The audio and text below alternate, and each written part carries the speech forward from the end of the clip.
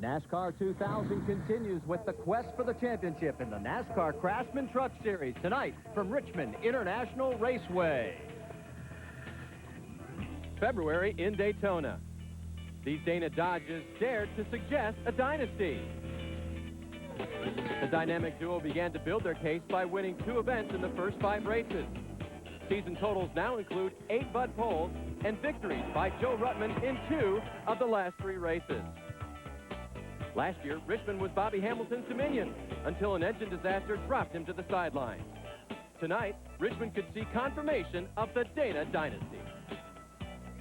Now, of course, every dynasty has a patriarch, that old sage that you go to for wisdom and guidance, kind of like BP for us here at ESPN. But on this team, it's hard to decide. You go for 55-year-old hot shoe Joe Ruttman or his 51-year-old crew chief Fred Wanke. I'm going to go with a young guy, 43-year-old Bobby Hamilton, truck owner and competitor here tonight. They qualified their trucks into the field, and they went 3rd and 4th fastest in happy hour. But a guy who is just a tick faster than them in happy hour is a guy we've seen at the front of the pack many times in the Craftsman Truck Series.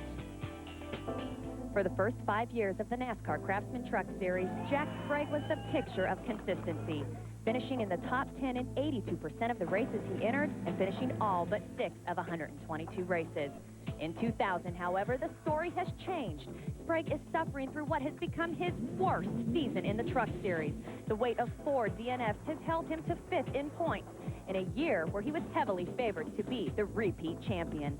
Even dominating performances have turned sour, leaving Sprague to wonder what it will take to return him and his team to its championship form. And everybody knows that a good truck, a good finish, and some good luck is what wins championships. But for the 24 team, this is what they need to redeem themselves here at the end of the season. Now, although Jack Sprague is qualified back in 17th, that's no indication of how good this truck is. We all know he can finish well here at Richmond. He won this race back in 1998. Now, that good luck, well, they felt like they've had the monkeys of 2000 on their back. Not anymore. They're now passengers in his truck.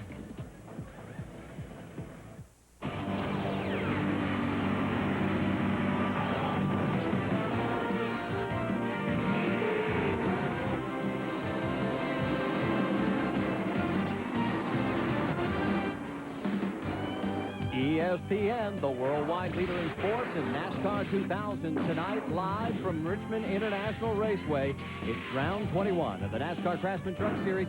It's the Kroger 200. Taking a look at the points championship, Greg Biffle holds a 200-point margin over Mike Wallace, 270 over Andy Houston. Kurt Busch, his Killer Bee teammate, in 4th. Jack Sprague, the lowest he's ever been in the series, in 5th position. And as we head into tonight's race, Greg Biffle controls his own destiny. He knows exactly what he has to do. He's the defending race winner here, but old sage BP, he got upstaged by his Killer Bee teammate in qualifying. Kurt Busch, he has had such a fantastic year in the U2000. Tonight he's on the pole for the Kroger 200, but this is the first time that Kurt Busch has been to the Richmond International Raceway, and this is a tough racetrack. This is Biffle's 3rd trip. He knows that soon he's going to have to go to the top of the racetrack. He'll go up there along with those NASCAR Winston Cup drivers.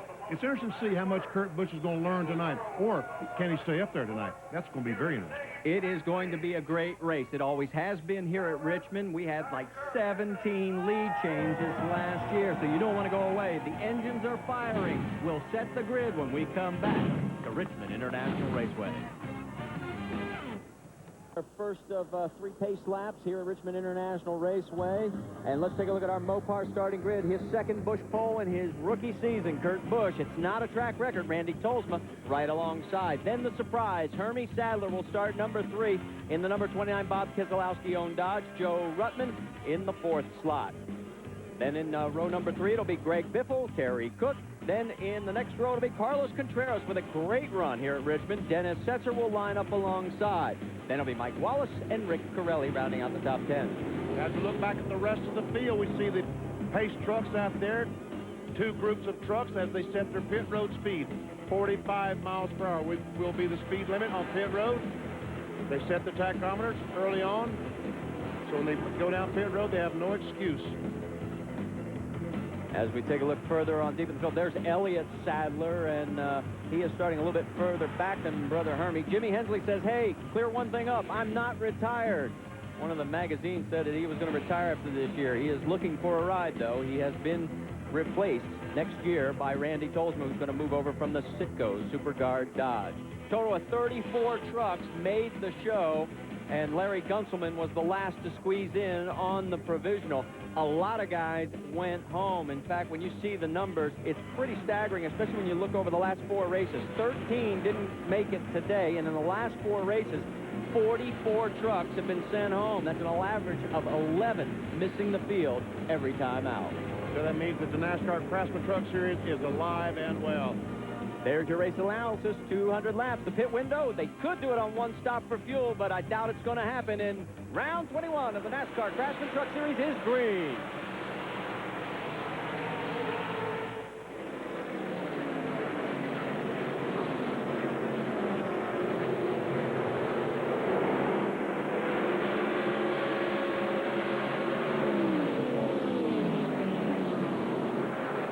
Coming out of turn number 4 to complete lap number 1, your pole sitter, Kurt Busch, is going to lead. Second place is going to be Randy Tolzma. There is Ruttman and Biffle, also Setzer and Terry Cook. In fact, Biffle has gotten around Ruttman on board with Joe Ruttman. Goes in turn 3, hard on the brakes here at the Richmond International Raceway. And see Ruttman going up off the bottom just a little bit. Busch still continues to lead. Randy Tolzma. Terry Cook getting the challenge from Mike Wallace. Wallace on the top of the racetrack trying to make a pass. That's got to run off turn 2. Mike Wallace knows what he has to do. He has got to score a lot of points. He needs some help. He needs Biffle to have a disaster by dropping out early in a race, finishing about 32nd through 34th and scoring minimum points. Randy Tolzma, meanwhile, takes a little look underneath, can't get the job done on the X-side Ford of Kurt Busch. Moving further back, Jack Sprague qualified 17th. There's Marty Houston's brother Andy. There's Jack going through right in front of Carlos Contreras. Jack qualified 17th, but really what happened there, BP, he was first out. First truck on the racetrack to qualify, and usually that does not work very well. It didn't for Jack Sprague.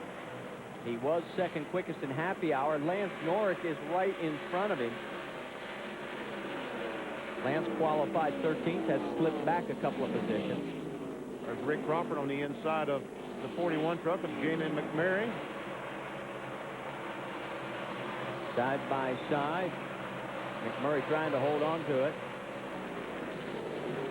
Jamie McMurray, of course, coming over a few races ago, really stunned everybody by grabbing a couple of poles and doing a great job in the Ferris Concrete Dodge. Big question mark is, will he be back with that team? He's already getting some feelers from some other teams that have been impressed with his talent.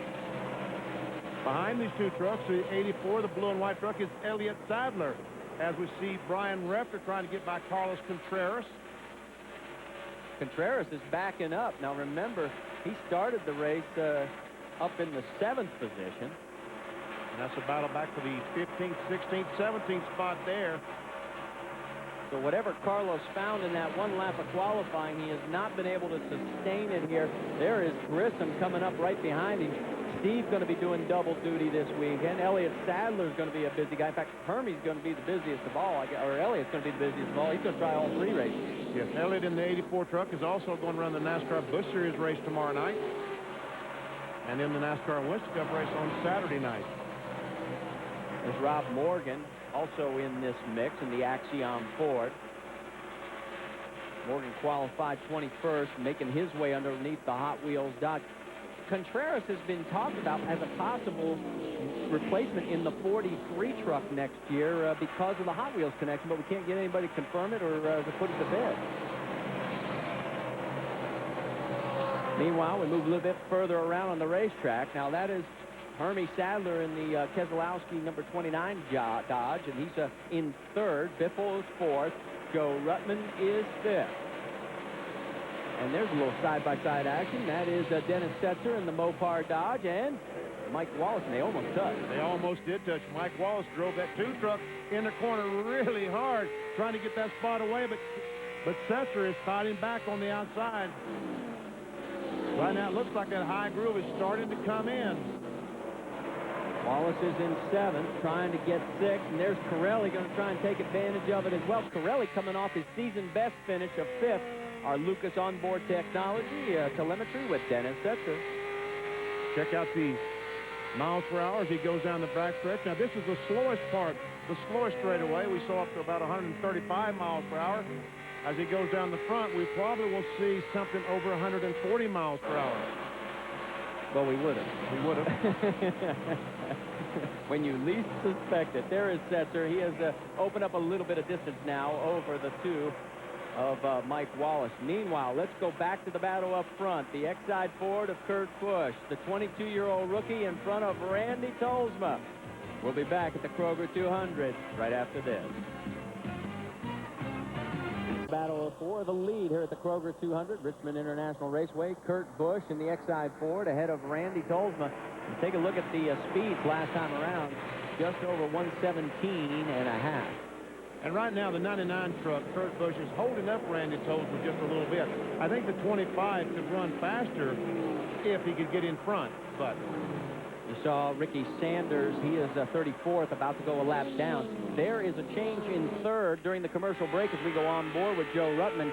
He and the 50 of Greg Biffle got around Hermie Sadler. In fact, you can see Sadler in the black truck a little bit further back, and here comes Biffle. Let's go back and show you what happened. A little bit of a tap there from Greg. Well, Greg Biffle got in the back of the 29 truck of Hermie Sadler, and when he backed off, when Biffle backed off and the 29 truck was sideways, he had to back off. Joe Ruttman just drove by on the outside, drove by both of them. Remember, Hermie drove several times earlier this year in the NASCAR Craftsman Truck Series in relief for Lance Norrick. There you see the 27. That is Ricky Sanders. He is now 1 lap down, so 33 trucks on the lead lap. And Greg Biffle, despite the fact he's in control of the points championship, the last couple of races, he has been very racy. Spoke with Greg Biffle before the start of the race, and one thing that he commented on was that the driver who can run that high line, Benny, you referred to it earlier, may have an advantage. He watched trucks run last year that ran the high line, and he just radioed in and said Ruttman is starting to run the high line. He said he didn't think it's helping him yet, but he said, I'm watching him, and he's starting to run that high line. So Biffle thinks the high line may be the way to go late in the race. Already right now, Greg Biffle is moving up the racetrack trying to follow Joe Ruttman. He's tried to make a couple of moves on the inside of Ruttman, and he didn't gain any ground at all, so he realizes that Ruttman is making some time up on the high groove. Lucas Oil telemetry on Joe Ruttman's truck, the Dana Dodge. Now let's watch down the front straightaway and see what kind of miles per hour we can see. Around 143 miles per hour. That was Larry Gunselman that they are going around. He is now a lap down, so 31 trucks on the lead lap. One of the interesting things that Greg Biffle was telling us last night, we ran into him, he takes every race from last year, videotape, and studies it. He looks to see what has happened before and what he can learn from it. He says it helps him immensely. I would think that it would. We see Ricky Ware, something dragging on the bottom of the 51 truck. Sparks flew down in turn 1. He is now a lap down, so 30 trucks on the lead lap. There's Hermie Sadler, Bob Keselowski's truck. Keselowski won this race in 1997. In fact, there is Dennis Setzer, the other truck owned by Bob Keselowski. And they are going around, Larry Gunselman in the sponsor EM.com Ford. If you were not with us for our RPM Tonight segment, we'll update you on Dennis Setzer and the number 1. The Mopar sponsorship is going away at the end of this season. Setzer is a free agent, so is Howard Comstock, the crew chief.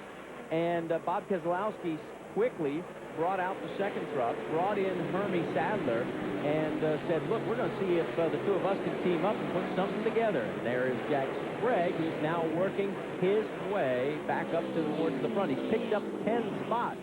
He's gone from 17th up to 7th. So Sprague, who was second quick in happy hour, making a move. Yes, I mean, there's no doubt that Jack Sprague has a very good truck tonight. As soon as he gets up to these guys in front, he'll show you, right, Amy? That's right. Right now, the only thing that Jack Sprague is saying about his truck is that it's a little loose going into the turn, but very confident right now. And we've seen it. He has passed everybody almost that has started in front of him, and he's worked his way up to 7th. Now, Mike Wallace is who he just passed for that 7th position, and Mike Wallace is being told on the radio to be smooth and conserve his tires for later in this run. Well, he's been pretty smooth because Rick Corelli in the 66 car, the Carlin car, just moved by. And Terry Cook is on his back bumper, on his tailgate, challenging for the 9th position. Goodyear brought a new tire for the right side on all these trucks. If you remember in years past, we've had a problem with the bead, and here we go, a battle for position that's 6th. Setzer has it. Sprague wants it. Oh, Sprague comes up the racetrack, but Dennis Setzer is fighting back on the high side. Remember last year, Setzer played a key role in this race. I mean, he likes this Richmond International Raceway. So Sprague does take that spot away and takes off after the 29 truck of Hermie Sadler. That's R.D. Smith and the yellow number 79 they're going by. Notice that the speeds dropped about 3 miles an hour when you're battling side by side rather than nose to tail. On board again with Dennis Setzer. Wow, got a little loose there. I believe right now the 24 truck of Jack Sprague is probably the best truck on the racetrack right now. We didn't get to finish the story on the Goodyear tires. The right side tires, if you remember in years past, we had the beads actually melting because of the temperature in the brake rotor. So they came out with a new design, and hopefully that's going to cure that problem. And we'll find out as the race progresses. You do get a lot of heat building up in these corners. Well, what happens, the brake rotor that is so hot, about 1,200 degrees, is only about an inch away from the wheel when you've got that kind of temperature, and the tire will only withstand about 400 or 500 degrees, the old tire. Now, this new one might be a little bit better. Randy McDonald in 28th position in the 3M machine, about to go a lap down to Kurt Busch, the 22-year-old rookie's on the tear. Bobby Hamilton, one of those trucks on the move. Yes, he is. Jack Sprague, Mike Wallace, and Bobby Hamilton, the 4 truck. Mike Wallace, the 2, struggling a little bit right now, trying to find the grip. But as they told you, as I think Amy said from the pit area, they told him to be smooth and try to save those tires. They must think this thing is going a long time on the green flag. Started 9th, has dropped back 1 position. Let's get an update on the 2 from Amy East. Well, you guys, I'm learning a little bit more about that situation with Mike Wallace, and now he feels like his truck is so loose that he is adjusting the brake bias and trying to dial in some more rear brakes. So they're trying to help Mike get that truck a little bit better. So he's actually not being smooth anymore. He's just battling an ill-handling truck. He's trying to save it right now, trying to get as fast as he possibly can, trying to use brake bias whatever he can. But Benny, normally when we go into a dark race in the evening, it gets tighter. It gets tighter. Well, maybe that's what they thought. It would tighten up, and they started the race too loose, and it didn't tighten up. You just had a quick glimpse of the XI4 to Kurt Busch. His lead over Randy Tolman is 1.1 seconds. 2 seconds over Joe Ruttman in 3rd. That was Lance Norrick, the 3rd truck you saw on the screen. 22 trucks now on the lead lap. Kurt Busch is really moving, but Randy Tolman was keeping up with him, Dave. They've been in communication from his pit. Right now, Randy's a little bit loose going into the corner. Pretty good from the center and getting off of the corner, but they're going to make a slight air pressure adjustment to try to fix that loose condition going into the corner. And again, if you didn't join us for RPM tonight, we'll update you that it is now official. The driver of the Citgo Superguard Dodge, Randy Tolman, will be moving to the 16 of Ed Renzi, the E-Link Chevrolet. And that'll be next year. And his crew chief, Gary Showalter, is going to go with him. Still out there. There is Mike Wallace going back another spot. Andy Houston has moved past, and the 60 car truck of Andy Houston announced, I guess, the first of the week that he'll be going to NASCAR Winston Cup next year, driving the McDonald's car for the Cal Wells team as a partner to teammate to Scott Pruitt. So Mike Addington, those guys looking for a driver for the 60 truck. And one of the guys on that list is Dennis Setzer. So no confirmation. There's about, from what I heard, a bunch of guys that want to get on that number 60 ride. On board with Mike Wallace. He's in trouble. Here comes Terry Cook on the outside of the pickuptruck.com Chevrolet. And you're right, Mike is just trying to hang on. And he can't. No, he can't. Just really loose, trying his best to fight the thing, but he's coming back right now. Now, caution flag is out. So the caution flies, and we have got a truck into the wall. That's Larry Gunselman and the sponsor EM.com board.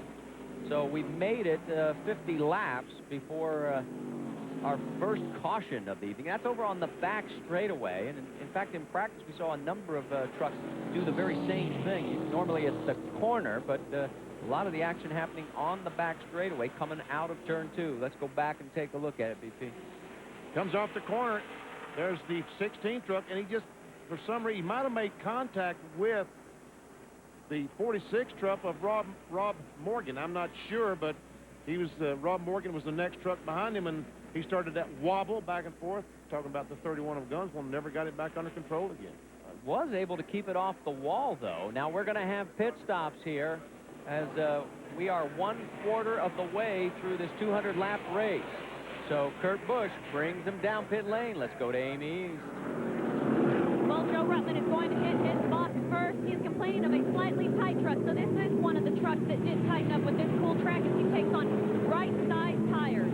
Dave Burns. Randy Tolsma taking on right side tires. He also called for a track bar adjustment. They're going to make that. Kurt Busch is taking on right side tires, and he is already up and out of here. So surprisingly, Busch takes lefts. Everybody else seems to be taking the right sides, and Busch's team does the best on the clock with an 8.2-second stop. Remember, 2 tires only under a caution period flag in the NASCAR Craftsman Truck Series. Stay with us. Back with more from Richmond right after this.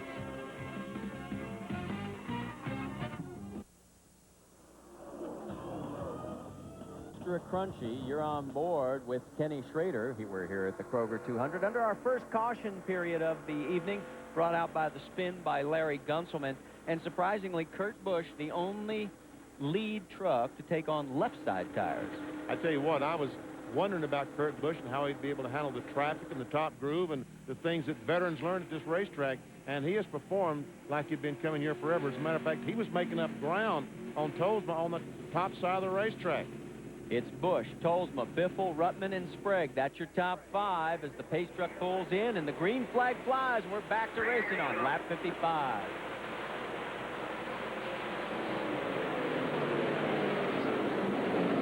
"22 trucks on the lead lap.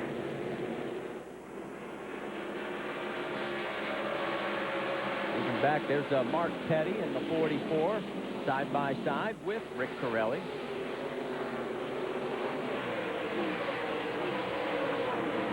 Mark is 1 lap down in 24th position. And there is Hermie Sadler in the 29. Now, he came out in 7th position, so the pit stop was not too kind to him. But that is his NASCAR Busch Series team that is pitting the 29 truck. I wondered about if Bob Keselowski and those guys had a couple of pit crews, but no, Hermie brought in his Busch team because they're here practicing for tomorrow's Busch race. And there's a Steve Grissom, the 43, Mike Wallace, the 75 truck of Marty Houston, and Schrader getting a little bump from Mike Wallace. That is a battle for 13th on the racetrack. Schrader's going to try the outside on Marty Houston. We're on board the Federated Auto Parts Chevrolet of Schrader. Set it for as they come through. Grissom's in 13th, Mike Wallace 14th, Marty Houston 15th, Ken Schrader now 16th. And there you see the 84 of Elliott Sadler. He's in 17th. So everybody knocking on each other for position right now. On board with Ken Schrader. This is his 17th NASCAR Craftsman Truck Series start. Kenny has 1 victory in the Tour back in 1995. He won at Saugus. Let's get an update from Dave Burns on Ken Schrader. When you're racing only occasionally, like Ken Schrader is in the Truck Series, you got to have good help. Now, Wally Brown and the boys, of course, they're all full-time at Schrader Racing. He's on the left. And on the right, Hall of Famer Kevin Collins. He was inducted into the National Auto Racing Hall of Fame this week in Flemington, New Jersey. He's a modified driver who had his claim to fame with a guy named Evernham. Yep, they got a lot of good help for Ken Schrader. Got his hands full right now with Elliott Sadler. And he is knocking on the back door of Steve Grissom. Meanwhile, Greg Biffle is right on the back bumper of Randy Tolsma in the 25. That is for second place. Well, they're trying to get by the lap truck 90 of Lance Norrick. The leader, Kurt Busch, was able to do that. Oh, finally. Looks like Tolsma's going to lean on. Here go Biffle. Is he going to go 3 wide? No. And here he's getting a challenge on the outside as Joe Rutten is trying to drive up on the outside of the Granger Ford. Looks like he's going to do it. Meanwhile, Tolsma cannot get around Lance Norrick. And here comes the 66 of Corelli trying to get on the inside of Sprague. And there is Sprague as well trying to go underneath Biffle. This could get dicey. Boy, Sprague made it look easy. Well, at least halfway through the corner. But he takes a spot away. Well, I thought he took the spot away. Biffle's now coming back on the outside. Meanwhile, the 90 truck still maintains the position in front of Tolsma. And the 90 truck of Norrick is 1 lap down. He's the lead truck 1 lap down in 23rd. So Randy Tolsma's not too happy with this because now it's a 1.4 second margin back up to the race leader, Kurt Busch. Let's get an update on Randy Tolsma. Dave Burns. Just picked up a radio transmission, guys. It was, hey, see if we can get some help with this guy. Of course, they were referring to Lance Norrick, that they'd like to get around right now. Well, it looks like he's going to have to do it on his own. He's underneath him, Dave, side by side. Whoa, Biffle slides up the racetrack. Sprague is right on his left side door. Here we go again. The points leader is in a racing situation. Man, oh, man. Oh, Biffle, you're going to be 3 wide there. Oh. Now, he does not need to be doing this. Well, he's a racer. He can't help it. It's right. I mean, he just never, ever stops. I remember Mike Wallace tipped his hat to him when he won. I mean, they were going door to door, and he just couldn't believe it. He was hoping that Biffle would make a mistake. And nope, no mistake. Biffle just likes to race hard. And Biffle took the spot away. He and Pirelli both. Pirelli in the 66 took the spot away from Ruttman, the 18. Now they're trying to get him by the 90 truck. Lance Norrick. Pirelli does clear him. So let's reset it for you. Busch is your race leader. Randy Tolsma is second. Sprague is up to third. Rick Corelli in the 66, Carlin Burner Control Ford is fourth. And then your points leader, Greg Biffle, is fifth. Now we'll swing back to the point, and there is your race leader. Kurt Busch has led every single lap that we have run here. He started from the pole. It was his second career Bud pole. Can he go the distance? I don't know. It's a long race. Stay with us. Back at the Kroger 200, Marty Reed along with Benny Parsons, Dave Burns, and Amy East. If you're just joining us, Kurt Busch in the 99 Exide Ford has led every lap, all 73 of the 200 scheduled for tonight so far. Second place is Randy Tolsma, and third is Jack Sprague. Sprague started all the way back in 17. And right now, the 66, and we see 60. Oh, no. Andy Houston has a right front tire flat, and he is the chassis is dragging the racetrack. He has not made contact with the wall. It's simply a flat tire, but can he get to the inside? Come across now, come on. He's coming across. You can hear the spotter. And Sprague gets around Tolsma in the process. So move Jack Sprague to second, and Rick Corelli is knocking on Tolsma's door. No caution. Andy, and now the caution is out. Yellow's waving, Curry. Good job. Yellow's waving. So there must be debris on the track from the Cat Reynolds Chevy. Tough break for Andy Houston. Last year he finished sixth in this race. Four tires, guys. And Dave, bring us up to date. Of course, they go out with the pry bar and the jack to try to get the truck up so they can replace that right front. They're going to go for the right rear as well. And disappointment for Andy Houston, trying to shake off the fact that he's going Winston Cup racing next year and get through the end of this year and try to pick up more wins for Mike Addington. Now, they're going to change all four, believing that they flat spotted him, and that probably is the case, or that they think another one might be down as well. So they're going to go ahead and take care of all four. Well, Dave, you know, under the caution flag, you can only change 2 tires. It's a huge advantage to change 4, but you can't do it under the caution flag. Andy Houston came in under the green flag, so he can legally change 4. He ought to have a very good truck now. Now here comes all the rest of the trucks in to make their pit stop, and now Busch will get those right sides. Let's go to Amy.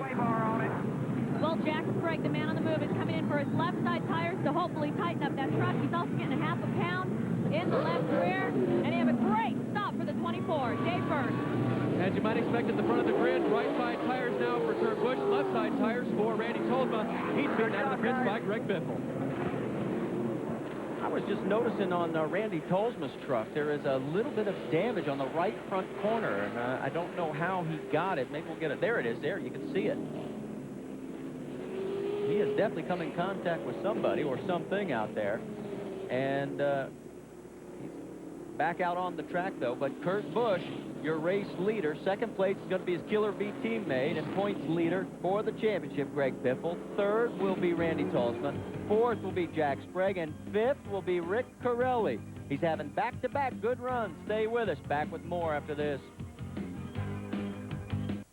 Racing here on lap 82 of 200. And the 41 did not pit, so Jamie McMurray is our race leader. So let's correct that for you. Second place is Kurt Busch. He is our third race leader. Whoa, look out, Lance Norris. And right now there's a challenge going on for that second spot. Biffle has driven up beside his teammate as they tried to go by the 90 truck, but he had to fall back behind Kurt Busch.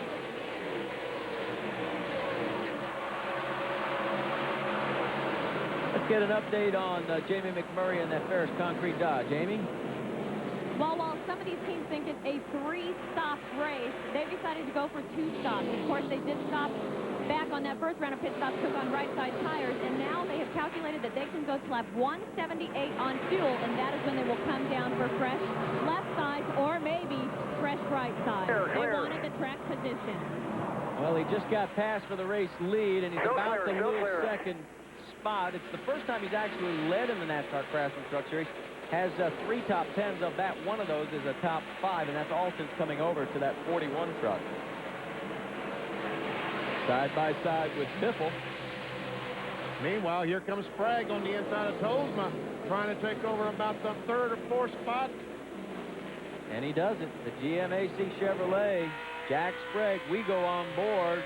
That is Joe Ruttman. And the 18 is currently shown in 7th position.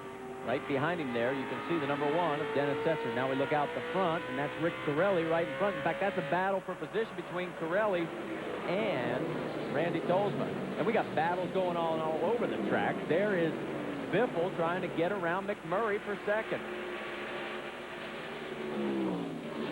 Got a crash down in 2. The yellow is out. Looks like the 51 of Rick Ware, the 31 of Larry Gunselman involved, and maybe, I think it was the number 4 of Bobby Hamilton involved. Bobby Hamilton was there. Now, I don't know how involved he was. He did drive the Dodge away. Well, he's coming by our broadcast booth. He has just minor fender damage on the right front corner. Rick Ware's in a lot worse shape. He could have a potential tire rub there. In fact, yep, there comes the blue smoke as he heads into the corner, and there you see also Larry Gunselman, the 31. So a couple of the .com machines, whether you want to have a sponsor or go RVing. Yeah, that sponsor on the 31 says sponsoring. Let's see if we can see what might have happened. See, Gunselman is going around. There's Hamilton trying to go by on the outside, and he just, I don't know if he even made contact at all. The 51 of Ware does make contact, and meanwhile, another angle. Well, we'll get an idea here if there's contact. Yeah, just a little nudge. A little nudge, not much. Not enough to do any harm, I don't think, to the Dana Dodge of Bobby Hamilton. Boy, he dominated the early stages of this race last year. He's in the pits, though, Amy. And there is really slight damage to the Ford truck, but they decided, crew chief Danny Gill said, let's come down, let's tape up the left front, and of course it's only going to take about 3 or 4 strips of tape. That's all they're going to do. They topped it off with fuel. They know they have time. They're telling him where the trucks are. They want to make sure and not go a lap down here. He's really taping it up. He's all good now. They're going to let Bobby go, but minor damage to the front of the Ford truck. And he will make it out before the pace truck comes around. So he will stay on the lead lap. Stay with us. We're going to take a commercial break. Your leader is Kurt Busch here at the Kroger 200. Flag racing here at lap 91 of 200 is the Kroger 200. Kurt Busch is the race leader. Jamie McMurray shown in second spot. Greg Biffle third. Jack Sprague fourth. And Rick Corelli with another good run in fifth. Corelli trying to get under the 24 truck right now. Meanwhile, there's Biffle trying to get on the inside of the 41. And there is Corelli, that's 66. Lance Norrick again, the first truck down one lap, seems to be in the middle of all these restarts. Corelli going underneath Sprague for fourth, while the 50 of Biffle goes underneath McMurray for second. And it looks like that Rick Corelli and John Munson, the new crew chief, are really seeing eye to eye. That truck seems to be as good as we've seen it all year long. Let's get an update on Corelli. Dave Burns. And of course, Benny, you just mentioned John Monson. He's worn a few different headsets in his time, but he feels real comfortable working with Rick Corelli. He says, I'd like to go somewhere where I can make a difference. And they have made a difference, running fifth last week at Chicago. Now, that also has to do with their motor program, but John Monson is definitely a part of the improvement here at the Phelon Motorsports crew. Well, I'll tell you how long a season it's been for Rick Corelli. He's only been in the top 10 5 times. That fifth was his only top 5 last time out at Chicago. His worst was twice. He was 34th at Homestead and Memphis. He says, I've never had more trouble in one season ever in my career. Right now, he's going underneath of Jamie McMurray. Give him another position. Here comes Jack Sprague right along with him.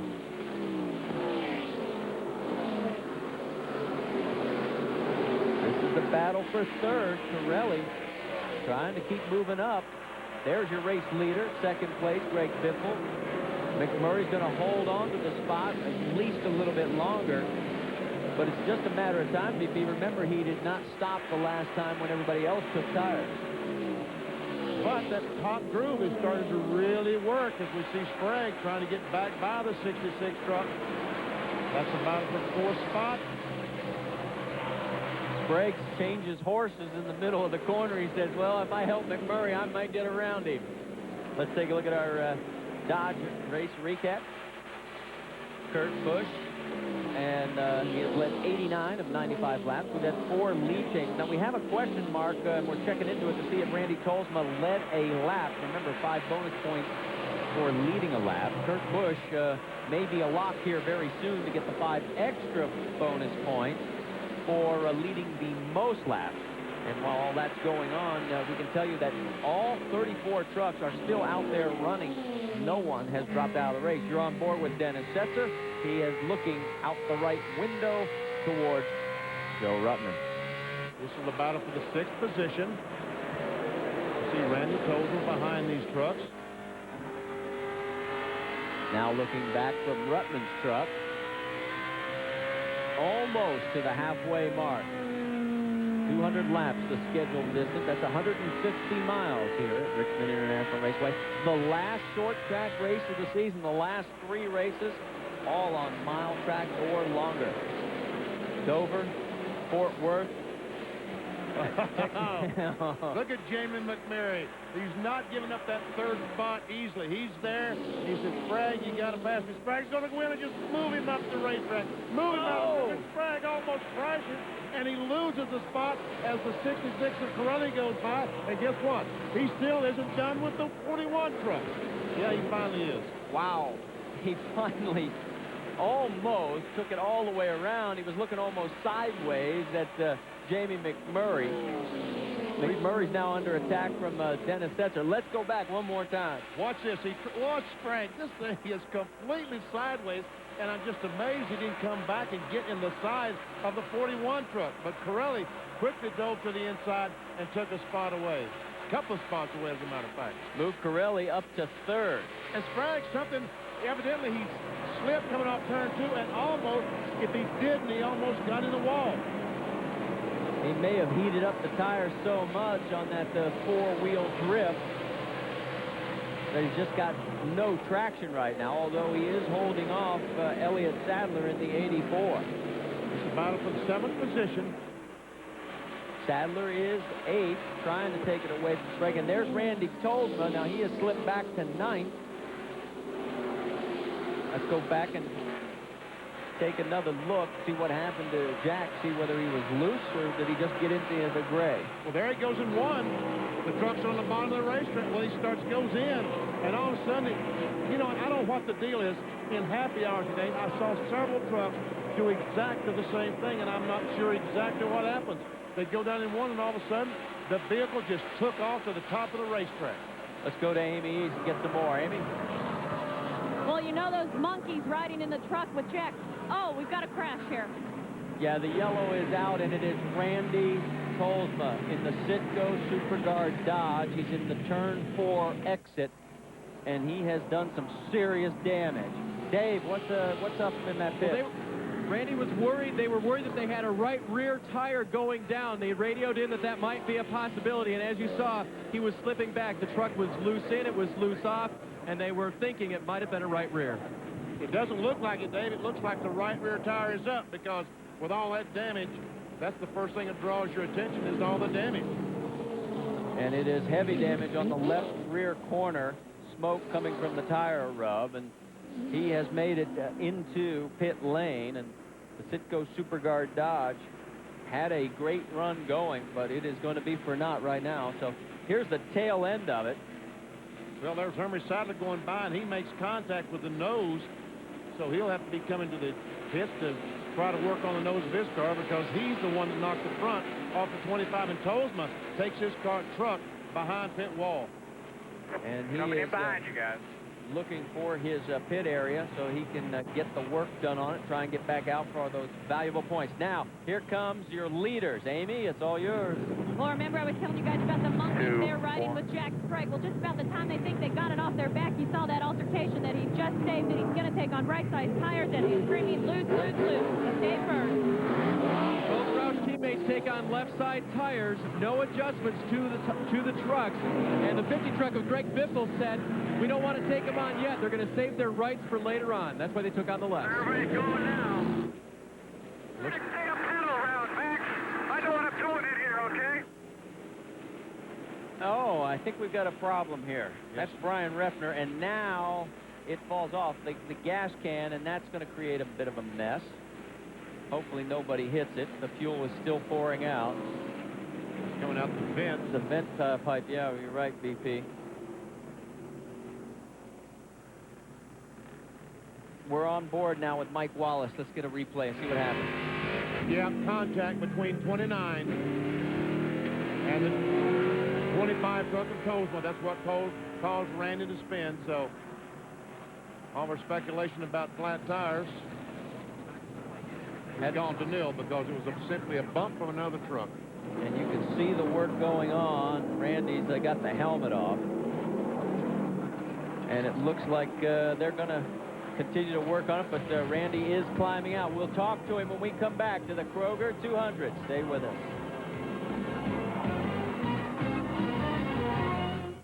Back here at the Kroger 200, Randy Tolsma, one of the recent race winners from Nashville. Heavy crash, Randy. Obviously contact out there. What happened? You know, I guess Hermie Sadler's out here trying to prove how good he is, and he was good enough to run in the back of us and shove us in the fence. So, not very happy. You know, Citgo SuperGuard Dodge was good. We were making some adjustments on it, trying to make it a better truck, capable of winning the race. Guys did a good job on pit road. You know, everybody's doing the job, and if somebody runs into you and spins you, I don't know that there was a whole lot I could do. You're speculating on the radio that you might have a right rear going down. What was wrong with the truck? Just, we're pretty loose all around. We hadn't fought that condition all day. The truck was laying over a little bit on the right rear, but it was okay. If it was anything, it was just a very slow leak, but it wasn't the problem. Crew Chief Gary Showalter told me the frame was bent up terribly. There was no reason to try to get the thing back out there. One more time, and there's the contact right there. Right there. Just a little nudge in the left rear of the 25 from the 29, and bam, he backs her in the fence. And as we're getting ready to go back to Green Flag Racing, remember they put those new bars in there called the Bodine bars after Jeff's big crash at Daytona. The teams are telling everybody that's what's causing all these accidents, because it doesn't give it all. We go back to Green Flag Racing, and one of the trucks really slow. Mark Petty, everybody gets around him. Looks like he missed a shift or something happened to the engine on the restart. Meanwhile, 8 trucks did not stop during that last pit stop. There's the leader, Joe Rutland, the second place car, truck of Elliott Sadler. The 29 of Hermie Sadler is in third, right behind brother Elliott. And we have gotten word from Amy East that the 29 crew has already headed over to the 25 and apologized for the contact. Steve Grissom in fourth, Ken Schrader in fifth, Bobby Hamilton sixth, Scott Riggs seventh, Rob Morgan eighth. Those are the 8 trucks that did not pit this last time. Now we have 86 laps to go here at this Richmond International Raceway, and there's Greg Biffle on the outside of the 10 of Tom Carey, and Carey's going to become a killer bee sandwich. Inside, clear.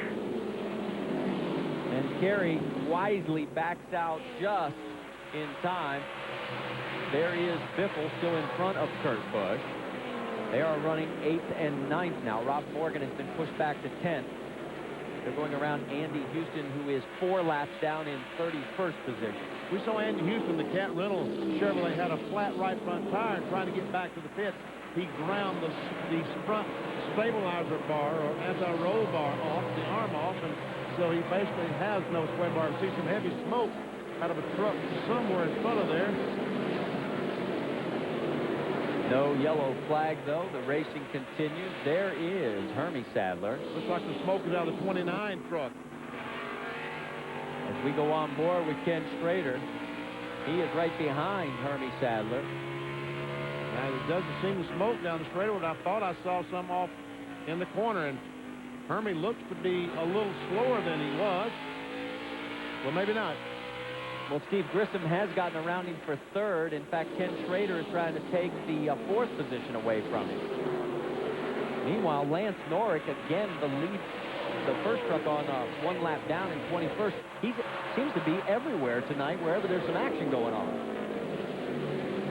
Norrick in the number 90, and he's actually quicker than the 43 of Steve Grissom. And, of course, Norrick did pit, so that could be the explanation there. On board with Ken Schrader, who has gotten around Hermie Sadler for the 4th position. And now Hermie's losing another spot as Scott Riggs, the RC Cola 86, goes by. That's what I saw just a moment ago. And there's some pieces flying off that truck. Wow. Wow. I already said that. Oh. But Hermie's still out there. Now, could that have been something he ran over, or is there something missing from the 29? Battle for 10th. Some damage on the Ultra Wheels Ford of Mike Wallace. And I think that happened on the restart when everybody got jammed up trying to get around Mark Petty when he was slow to get off the gun. Meanwhile, Jamie McMurray is taking the 41 truck on pit road, making an unscheduled pit stop. Almost makes contact with Carey in that Detroit locker number 10. That is 10th and 11th. Setzer in the 11th spot. And there is Jack Sprague now. Sprague is shown in 12th position.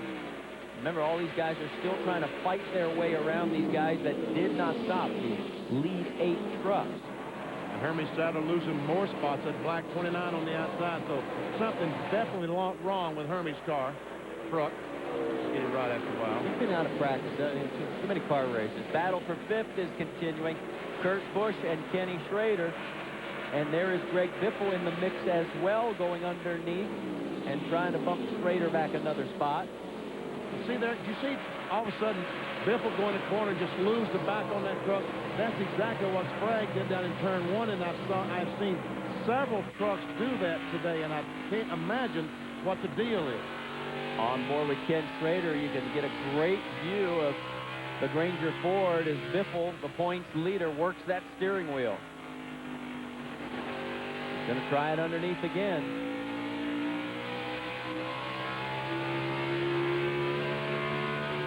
Side by side, can he make the pass stick? He's got a nose in front of him.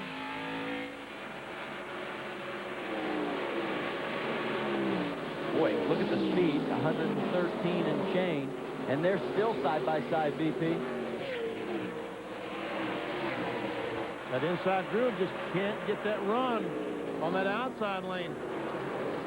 About the only way you can do it is the way Sprague did it a while ago when he trying to pass the 41 truck, just pull a slide job on, go in the corner, and kind of force him up the hill. Let's get an update from Dave Burns. Benny, that switch going into the corner on Greg Biffle, I just checked with Randy Goss's crew chief, and he said he is just loose. Craig is just driving it, and that's why it keeps jumping out away from him. Well, I'll tell you what, Kenny Schrader really cut Biffle some slack there. They ran across the slow car, and he backed off and let him have that spot.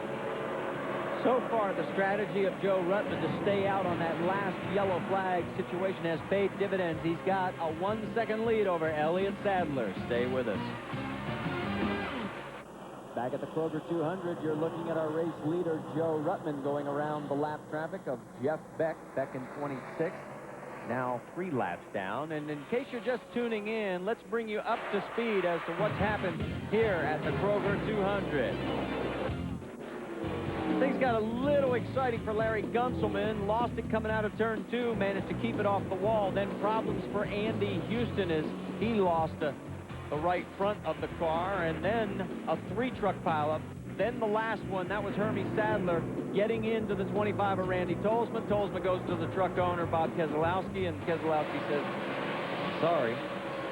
Now back to the action here live at Richmond International Raceway. That's the battle for 5th. The 50 of Greg Biffle has it. He's actually 6th. Dennis Setzer is in 7th, and Jack Sprague is 8th. Well, Pirelli just took that spot away.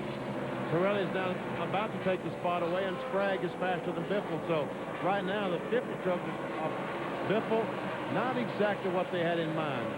Not exactly where they drew it up on the drawing board early this afternoon.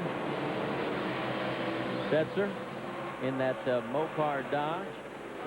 And Setzer had the last pit stop, had just an awful pit stop, and has fallen back to the 16th position. And now he goes by and takes over the 6th spot. So this Mopar Dodge is really good tonight. And we haven't found out if there was a particular problem on that pit stop or not. We'll keep an eye on it because they're going to have to stop at least one more time for tires. They could most of them could probably make it on fuel. You go about 105 laps max. Biffle just lost another spot. And see, once again, no pressure behind. That's exactly what happened to Biffle. He went down in one, and all of a sudden, the truck just took off. The same thing that happened to Sprague a few laps ago. Dennis Setzer comes into this race as we're on board with him as he's under attack from Jack Sprague. He's 9th in the points. This time last year he was 3rd in the championship chase, and the big difference, as he loses the position, he has 5 DNFs this year. Sprague waved to Dennis Setzer and said, thanks for cutting me some slack so I could come up off turn 2. Check our telemetry and see what kind of speed we'll see down the front straightaway now. 143 miles per hour. Heavy braking down the corner. And you'll see down the backstretch that he will not get up to nearly that speed. 136 miles per hour, so 7 mile per hour difference between the 2 straightaways. Dennis Setzer, our winner back at Nazareth, his 5th career victory in the series. 143 again, so he's very consistent. 60 laps remaining here at Richmond International Raceway. 200 the scheduled distance, 150 miles. Right now, Joe Ruttman continues to run out front. There he is. Boy, could he be on his way to doing it again? Qualified 4th. He has wins this year at Phoenix, Indianapolis, and our last time out at Chicago. 11 career victories. And he's looking to add to it even more. Now there is Greg Biffle, and he is battling with Brian Refner. That is for 8. So Biffle's having trouble holding on. At the line, who's quickest? Jack Sprague.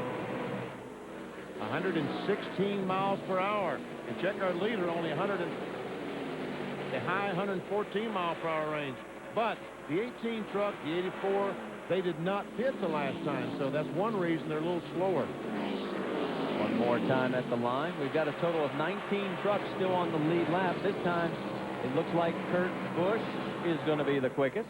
And Biffle got some problems in that Grand Prix. Sure. He was 2 miles an hour slower than Brian Refner. We can't drive it. There you heard him. He can't drive it. So our points leader is sliding backwards. Greg Biffle is 9th. No problem on the Dana Dodge. Joe Rutman's out in front by over a second of Elliott Sadler here at the Kroger 200. 56 laps to go. Back at the Kroger 200, Richmond International Raceway. You're on board with our race leader. That's Joe Rutman. He leads by 1.9 seconds over Elliott Sadler. Elliott's in that conglomeration back there with the 4 trucks, and he's getting held up. Now, you want to talk about you can't drive at 55? Well, Joe Rutman certainly can. He is the oldest driver in the series, and Fred Wanke is crew chief. They have about 90, or I should say 106 years of experience. After 6 races teamed together, they have 2 victories, 4 Bud Poles, 4 top 5 finishes, and look at the average finish. Before they came together, Joe was 14th, after 5.7, and if he wins tonight, BP, that'll be 3 wins in the last 4 races. The problem that Joe Rutman has right now, he's got to make another pit stop. He and Elliott Sadler both, I believe, are going to have to make another pit stop. Let's get an update from Amy on pit strategy. What's going to happen? Well, you're exactly right, Benny. They are definitely going to have to make another pit stop. The 18, that is, of Joe Rutman, and the 84 of Elliott Sadler. Now, the time that both these trucks came down pit lane, they took on fresh left side tires. That was on lap 77. Knowing our fuel window is right around 100 laps, Fred Wanke is most definite that he'll have to bring Joe back down pit lane for fuel in itself and fresh right side tires. But then I just learned, Fred said, now that's only if we stay green. If we get some yellow caution flags in there, he says, I may do some calculations and maybe we can make it on fuel because our tire wear is excellent. Well, that'd be 23 laps he's going to have to be able to stretch. Well, to make up from someplace. Meanwhile, here's a battle for the second spot is Kurt Busch. The 99 Exide truck has caught Elliott Sadler, and looks like he's going by. Here comes Rick Corelli. And now, Elliott, there you see Jack Roush watching his young pupil, the 22-year-old, still in the hunt for that potential Winston Cup ride, but there's a lot of still I's and T's and factors that haven't been figured out yet. So as of now, Kurt's employed, but he just doesn't know where. And we see the 24 truck has gone by Elliott Sadler. Oh, we see the 99 get a little bit loose. Let's go down to Dave Burns.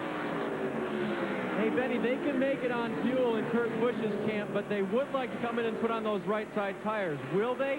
Well, Matt Chambers, the crew chief, seems to think that they will, but we'll see if the yellow does fly. As for Rick Corelli, who's now challenging for that second position, Corelli has been on a right-left-right strategy. He only has lefts remaining, but crew chief John Monson says the truck is pretty darn good. I'll tell you what, Rick Corelli, this would be a great turnaround for this team after the disastrous season they've had. He is nose-to-nose with Kurt Busch right now for second on the racetrack. If somehow they could manage to pull off a victory. Wow. Wow, wouldn't that be big? Oh, almost gets the truck loose off turn 2. There we see it going by the Beck truck, number 9. Meanwhile, Joe Rutman crosses the stripe, completing lap number 158. His lead over Kurt Busch is 2.1 seconds. Stay with us. Nature made it. Minwax makes it beautiful with rich Battle going on, folks, for that second spot. Corelli and Sprague side by side. Gunsman, the 31 trucks on the inside. Sprague has to back off, and side by side, they were closing in on Joe Rutman. They're only a half second behind. There he is, right in front of the 66. Dave, let's give more information on that 66 truck. And since Rick Corelli pitted with most of the leaders the last stop, he can go all the way on fuel, but remember they got to put on those left side tires if they should choose to come in. And that'll be the big decision for this team to make if Rick Corelli can grab the lead from Joe Rutman. Amy East? Okay, you guys, we all know that the Dodges can play this fuel mileage race just as good as the Chevys and the Fords, but they cannot work miracles. Cautions or no cautions, the Dana Dodge will make a pit stop before this race is over because Fred Wanke has decided they're going to come up 6 laps short. And if Rick Corelli holds on and takes the lead, which he will, it's the first time he's led a lap in 2000. Attaboy, Rick.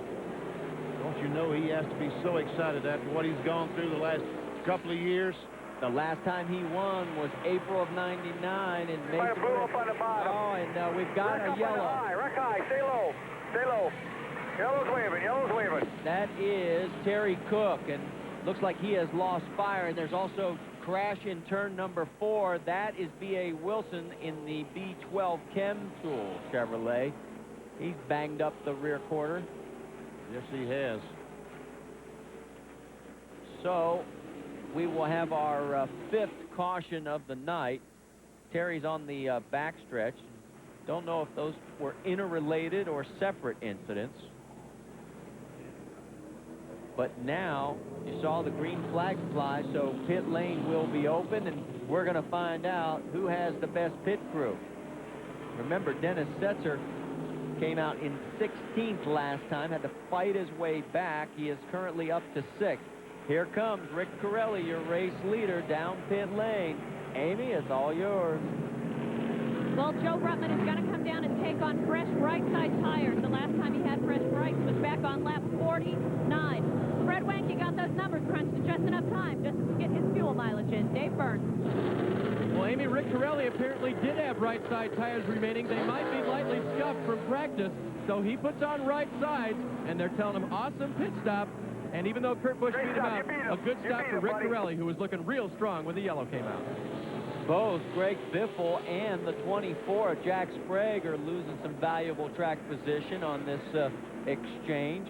But you're right, Dave, it was Kurt Busch first out. He had the prime pit spot right at the very end of pit lane. So it paid big dividends here. Will it be enough for him to hold up to win the race? We'll find out when we come back to the Kroger 200.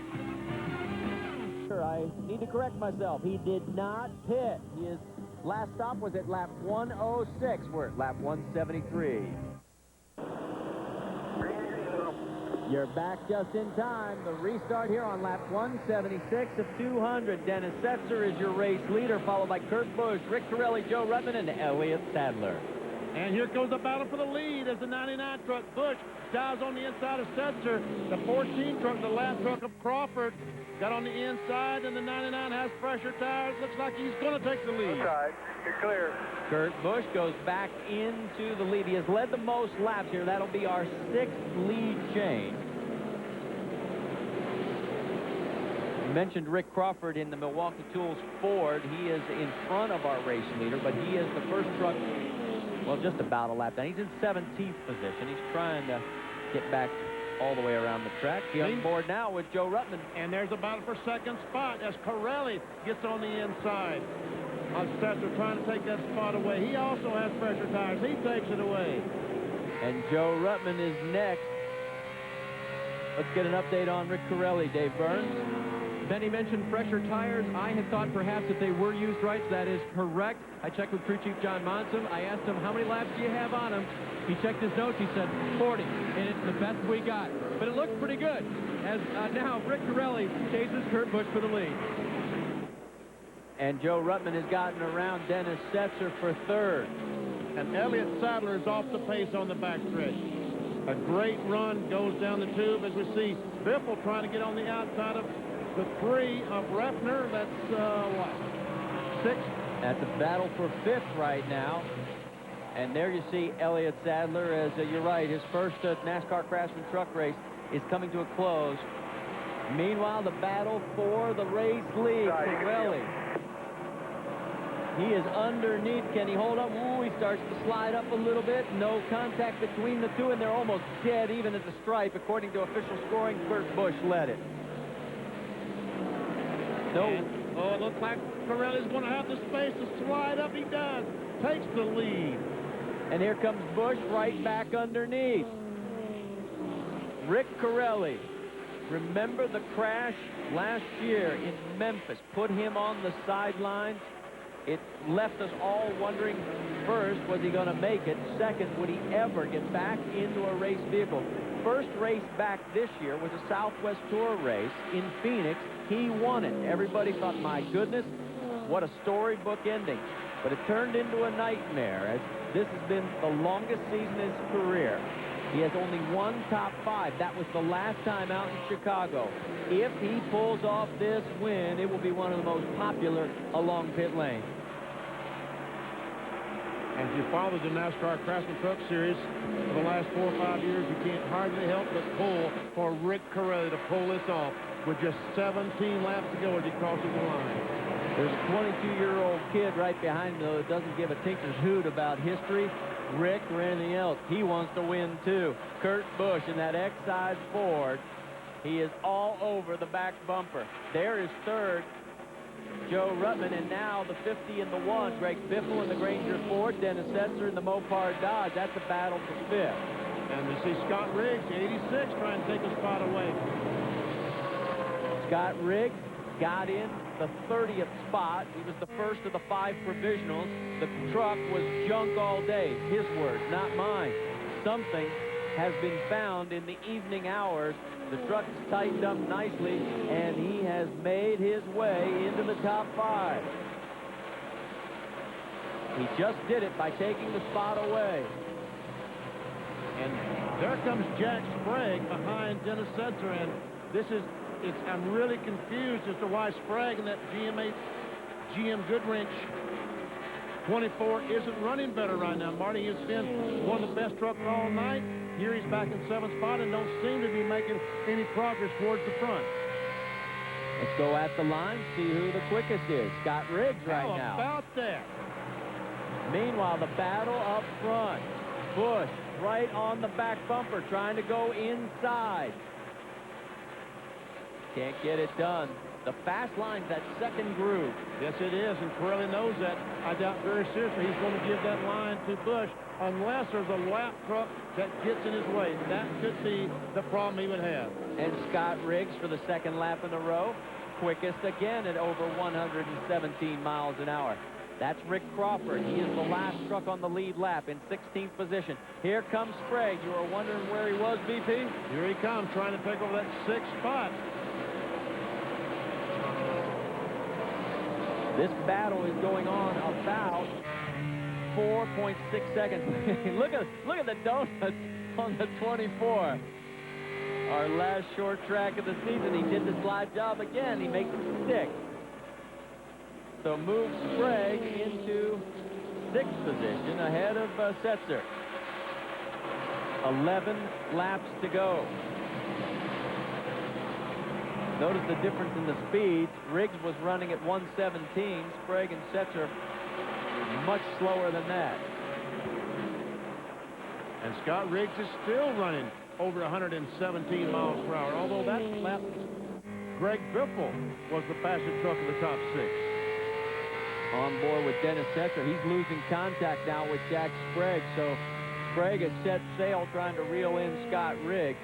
But he's got about 3 seconds to make up before he sees the back bumper of the 86 RC Cola Dodge. 10 laps to go. Battle for 4th right now, Greg Biffle. He is 1.6 seconds behind the race leader. They have cleared, the race leaders, that is, 1st and 2nd, have gotten around, and here they are. They've gotten around Rick Crawford, and boy, Busch is all over Rick Corelli. And you know these guys have run in the NASCAR Featherlight Southwest Series. So they know each other. They know each other's styles. But right now, it's that the 66 has that outside groove. The preferred line around this Richmond International Raceway after a few laps. He's not going to give it away. That's Kathy Corelli. You talk about nerves. She's been through every moment with Rick from last year's crash to this year's comeback. And look at this. Biffle goes by Ruttman, takes over that 3rd spot. And the leaders aren't that far away, but he's running out of time. This time by, there'll be 6 laps to go. Kurt Busch, the 99 Southwest Tour champion. He has 2 victories this year, 5 second-place finishes. Rick Corelli looking for his first win since April of '99. And you know if Corelli can pull this off, Dale Phelan will be beside himself, the owner of this 66 truck. Oh, and he slips. He goes up the racetrack, but he gets it back under control. Once again, the same thing we've seen all night long. In the middle of the corner, all of a sudden, these trucks just take off. Go 5. And that's what happened to Corelli. He's trying to hang on. to the race lead. A little bit of touching going on down the back straightaway. Both of them on the brakes. You can see the nose dive for the ground. Corelli, there's lap traffic coming into play. Biffle trying to reel this group in as well. And Corelli has fended off the challenge. Once again, I thought that little slip was going to be all it took, and here comes the 50 truck. Biffle, whoa, he gets the tail a little happy. First, second, and third in your screen. This time by 3 laps to go. It's going to be decided. It's going to be decided between these 3. And Biffle, here we go again. This guy's got the points lead by 200 coming in, and he still wants to go racing. Oh, he's going to dive on the outside of Busch, and he's got that preferred line. He does it. He dives on the outside. He's going to take that spot away, and he's going to have time to get to the 66.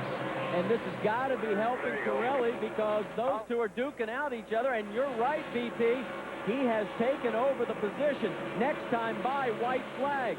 Does Corelli have enough to hold off the Granger 4 to the points leader, Greg Biffle? He found something up there. He went back up there, and he didn't even need to, and he gets a little loose. White flag is out. Rick Corelli into turn number 1. This would be his 4th career victory. His first since April of '99. Look at the battle for second going on. The Busch boys, the Roush boys are going side by side for second. It's going to be Corelli, Marty. Bring him home. Rick Corelli out of turn 4 from the crash at Memphis to victory in Richmond. What a comeback. There's Kathy. Oh, don't you know she's so happy. There is going to be a celebration in the Colorado community of Arvada this weekend. Rick Corelli, the winner of the Kroger 200. Greg Biffle in second. Kurt Busch third. Joe Ruttman fourth. Scott Riggs in fifth. And you know that Davey Lehninger with the Remax just outside Denver, Colorado right now has to be just beside himself. And Corelli, does he know how to do? Oh, he's going to crash the truck trying to do donuts. Hey, Corelli, you're not experienced at this, remember? Now he's got it cranked up. Listen, it floats the valves. I don't think Dale Phelan would mind if he blew the engine up trying to do these donuts. It has been a long time coming. It will definitely be an emotional victory lane. Let's go to Amy East.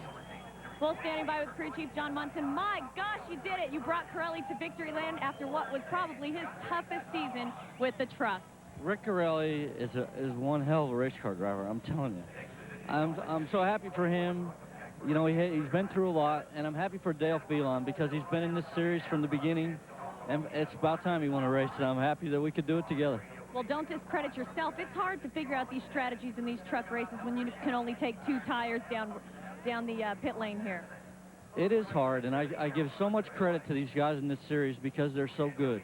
When you beat the Roush teams and you beat, you know, Mike Wallace and Andy Houston and these guys, it really feels good. Okay, well, I hate to tell you this, but I don't think this is fog we're standing in. You may have a blown engine down there. Go celebrate with your driver. Well, he has parked it on the front straightaway, and you may be right. I don't think he can get it refired, but who cares? Rick Corelli.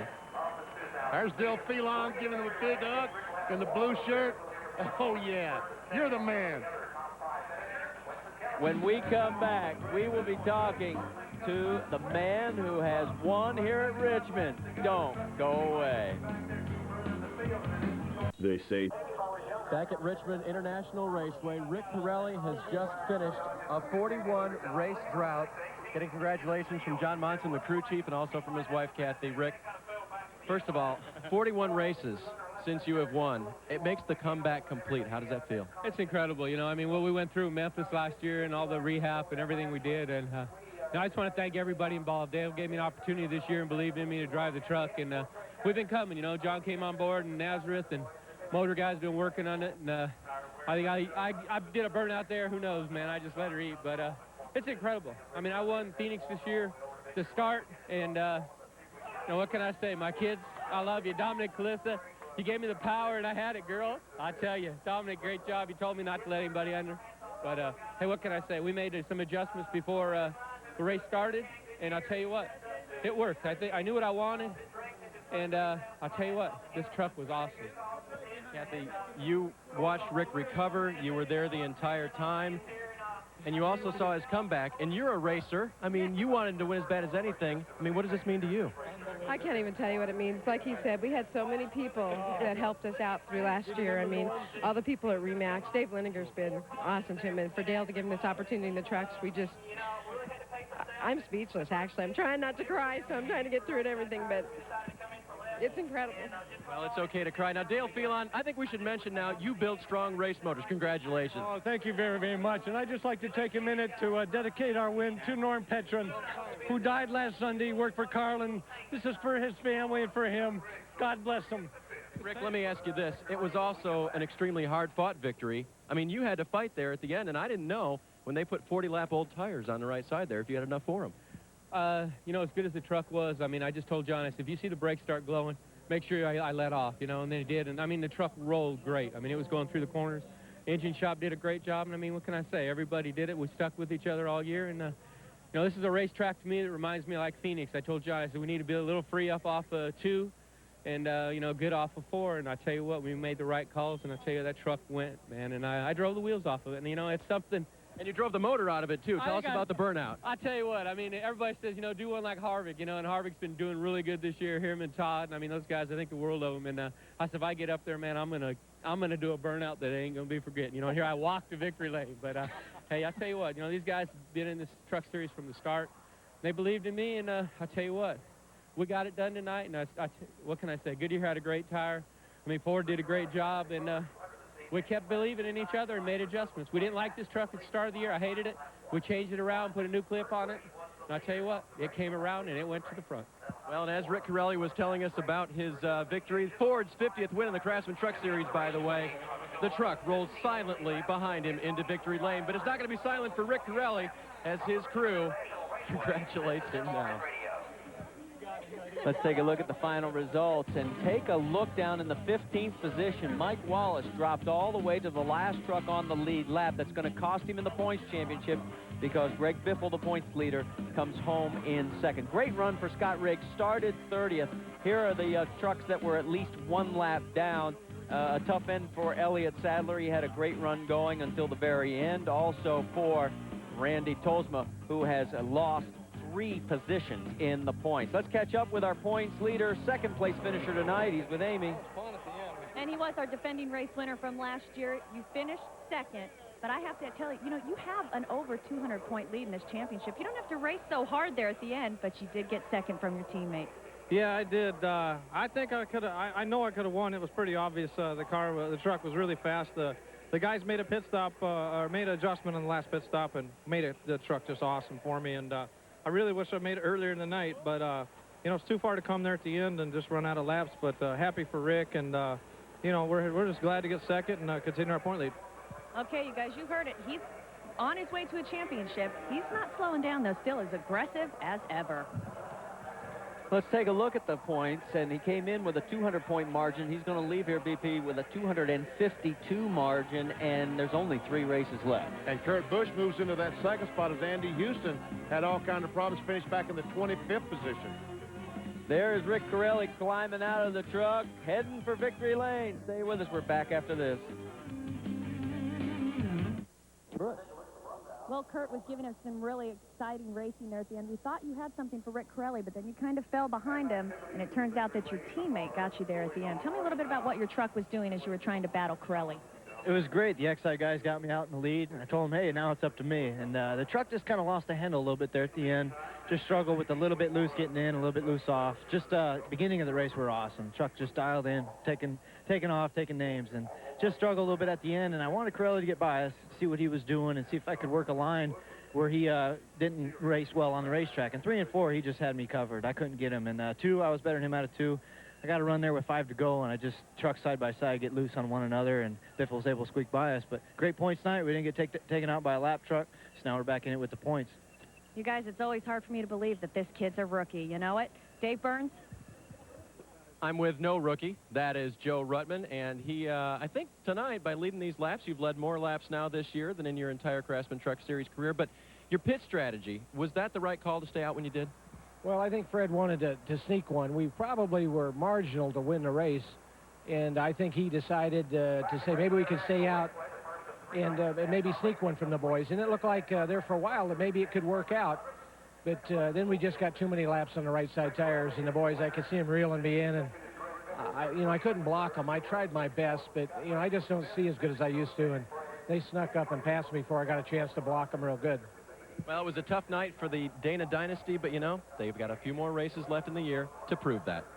Well, it's his 5th top 4 in the last 6 races, so he's still doing okay for 55. NASCAR Craftsman Truck Series next time out for us, Friday, September 22nd, will be on the air at 8 p.m. Eastern Time on ESPN with the MBNA ecommerce.com 200. That's from Dover, the Monster Mile. We're back one more time. Stay with us. Back at Richmond International Raceway, where we just concluded the Kroger 200. Scott Riggs started 30th tonight, had turned in a career best 5th. He's with Amy East. Well, that's right, Marty. He goes from his worst qualifying provisional to 5th place. That's exceptional at a track that you just couldn't figure it out. Now, as you went on, did you seem to really be able to dial in the truck? Well, I tell you, today in practice, I was really about to pull my hair out. We struggled a lot, and the truck was everything except fast. I mean, it was loose and it was tight, and we adjusted and we changed everything except the steering wheel, and we just couldn't quite, get a handle on it. And I really didn't know what to do, and the crew chief didn't know what to change, and I didn't know what to complain about the worst. And we kept working there, and we knew that we were, starting in the rear, and the track was going to be real slick, and we knew we were pretty consistent on long runs. So we were hoping that we could, just stay out there and not get a lap down, and hope to have something to race with there at the end and have a, we were hoping for a top 10. Would have been great for us, and to come out here a top 5. And pit strategy was great. First time we pitted, the guys in the pits, and Kenny, my new crew chief, Kenny Majors, he came on board this week and stepped up to the plate, and he made the call to put on left side tires first. And we put on left side tires the first time, and so we had a set of right there at the end to really push us up there and finish at top 5. All right, Scott, give us one of those Scott Riggs smiles. You did a great job tonight. Dave Burns? And Jack Sprague's crew tie wrapped some stuffed monkeys all over the inside of his truck tonight. You said at least they were off my back. Are they off your back with a 6th place finish? Well, I think so.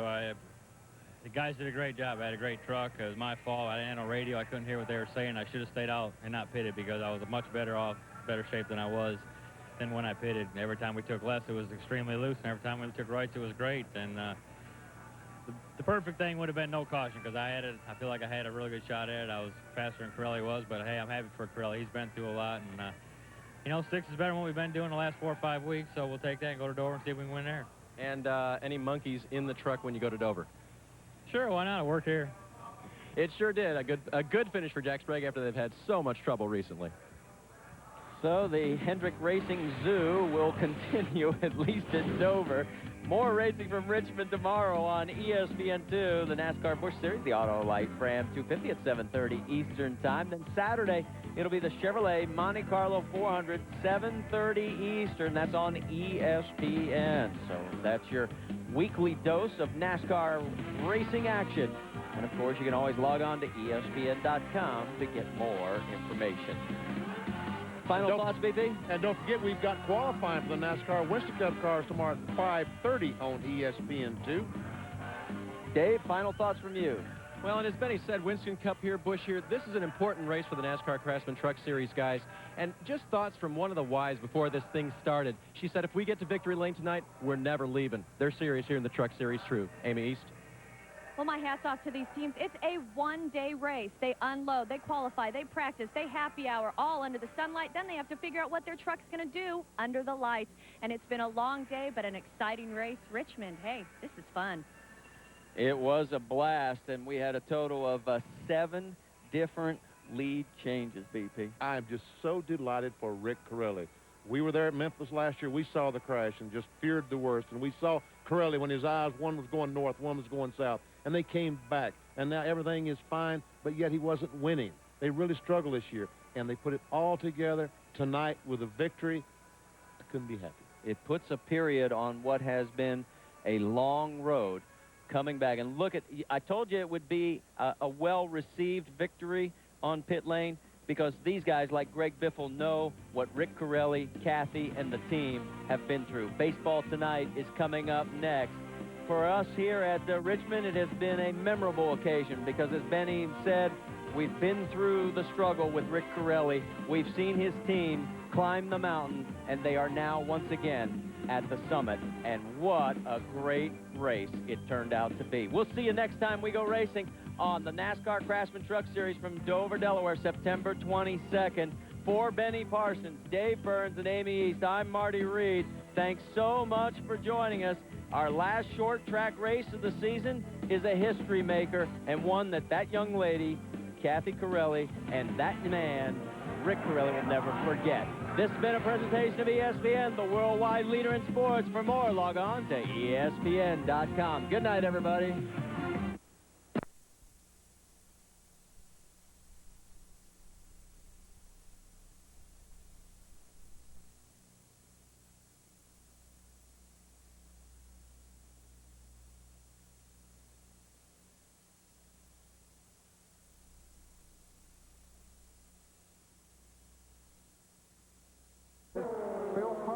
Car number 29 slowing down.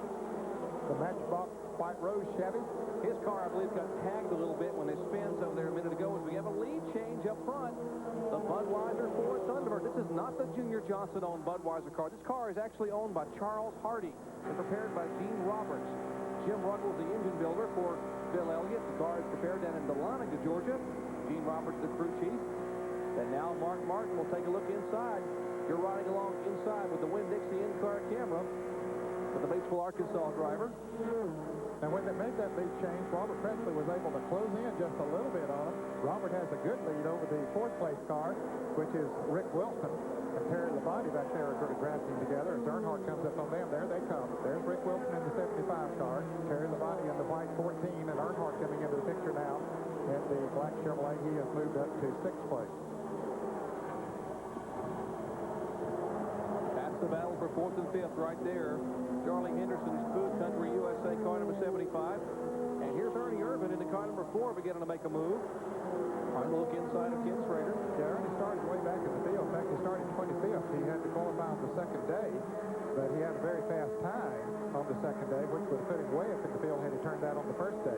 We might explain why Ernie didn't qualify on the first day. He had pretty good reason. He flew home on Thursday to University Medical Center. We're talking about the driver of the car number 4 there, that orange and white label Chevrolet. His wife, Kim, gave birth to a 5-pound, 12-ounce baby girl, Jordan Lee. So congratulations to Ernie Irvin as he nearly slips up toward the wall. Oh boy, he did. I don't know if he's slowing down and just getting out of the way. He is certainly slower than he was there a moment ago. He was trying to pass down on the inside, and he just couldn't make the pass. It was sort of like Talladega when you see cars get lined up in a draft, and he just couldn't go by. But now other cars are going by him on the inside. Well, now here he comes back on the outside. So we'll just have to wait and see if he has a problem or if he's just changing grooves on the racetrack. Side-by-side battle. Chuck Bound on the inside, Ernie Irvin on the outside. But let's check in with John Kernan. Well, Jerry, Johnny Benson Jr. has come out of the infield care center. Johnny, you don't look like a guy who flipped in end over end and just totaled out a race car. Well, you know, it's been a great weekend, and, you know, Ernie gave me a great opportunity, and Delco Remy, and, man, we're sorry to see it happen. You know, I'm not sure what all happened. All of a sudden, I was just going sideways, and but we're doing okay. You know, we talked the other day about this is the biggest track you'd ever been on, how much faster was than anything else, and I guess that's got to be, without a doubt, the most violent wreck you've had. I think it's probably the highest I've been, so it's no doubt. Track's fast. I'm doing great, everybody at home, so, you know, no worries. Johnny Benson Jr., Jerry, it's good to report he is okay. It is good to report that as we have a lead change once again up front as Mark Martin moves to the inside of Bill Elliott. Coming off the 18-degree bankings, they head down the back straightaway, 2,242 feet. It is a dead heat. And look at, excuse me, Jerry, Robert Presley now with them switching the lead up there. He's been gradually catching them. Now he is up to them as they go side by side through turns 3 and 4. And Mark Martin looking from the in-car camera. You can see Elliott's car up high, and now Presley will ride up on the outside and try to draft by with Bill Elliott. Now a 2-car draft. We'll see if the draft will really work at the speeds here or what, Dan. Well, they'll reach 185 or so on these straightaways. These Busch cars don't have to lift a whole lot in the turns. The Winston Cup cars have to back off because they have more horsepower. But these cars are lighter, go through the turns faster, and so they simply don't have to back off that much. So the drafting very definitely is effective here. And Mark Martin assumes the lead. It looks like Robert Presley will just ease between Darrell Walker's Western Auto Chevrolet, which is off the pace, and try to take second spot away. But Bill Elliott says, no, I don't think so. As the Budweiser Ford goes all the way up toward the wall out of turn 4, and looks like they will race toward the stripe, and Elliott will be in second place. And while they were racing side by side, Mark Martin was able to open up a little bit of a lead. We are in the early laps here at Michigan National Speedway, the second annual Busch Grand National Series Detroit Gasket 200. Back after this. The Carpet Connection. There's your leader, the Winn-Dixie Ford Thunderbird, Jack Roush Racing, for Mark Martin in second place. The Alliance Training Center's Chevrolet, Robert Presley, and the Budweiser Ford of Bill Elliott is third.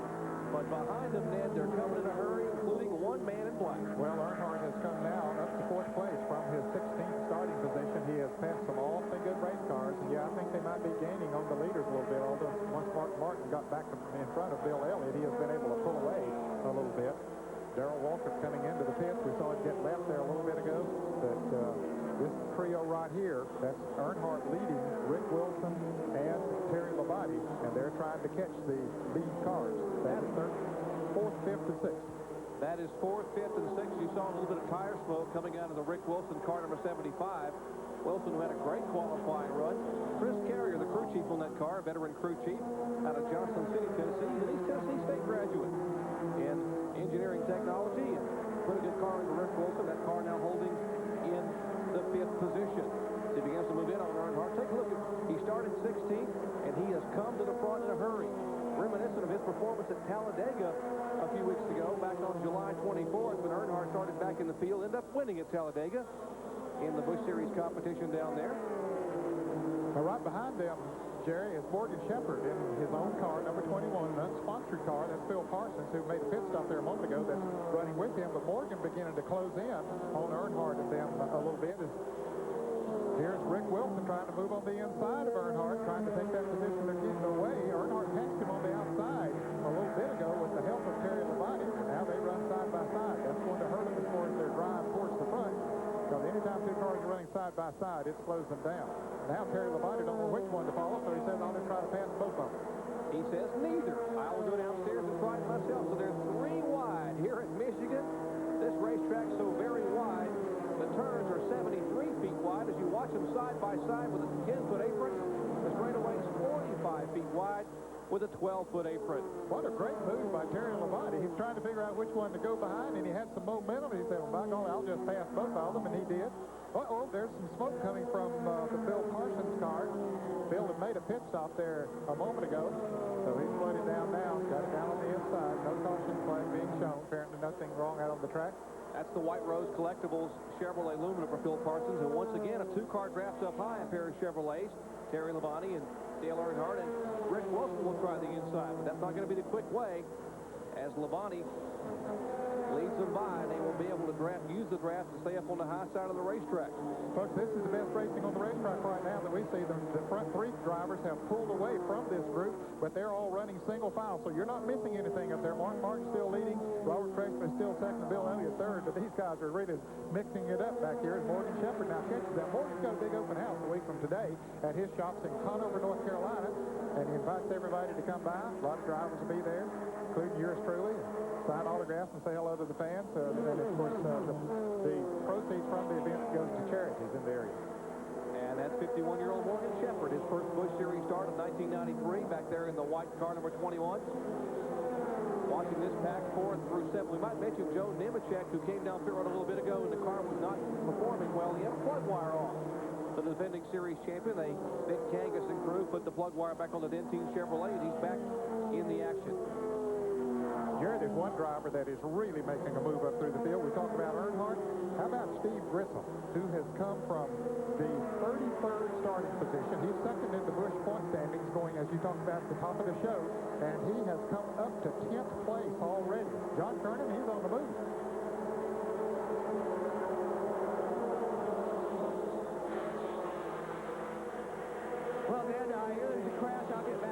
crashed. Ward Burton has crashed. Guys, you got a better look at it than I do. Heavy impact up off turn 2. The car number 2, Ward Burton, and his Hardy Chevrolet. And boy, it has been a tough weekend for the A.G. Dillard. Boy, it really has been, Jerry. Of course, he crashed twice yesterday. Early yesterday morning, didn't do a lot of damage. They worked all day on the car, got it ready to go again. Then the practice yesterday afternoon, crashed again. It looks like the left rear tire is flat on that car now. Now, I know he had a flat tire yesterday morning when he crashed, and I don't know if the tire went flat as a result of the crash, but it looks like that tire is flat there now.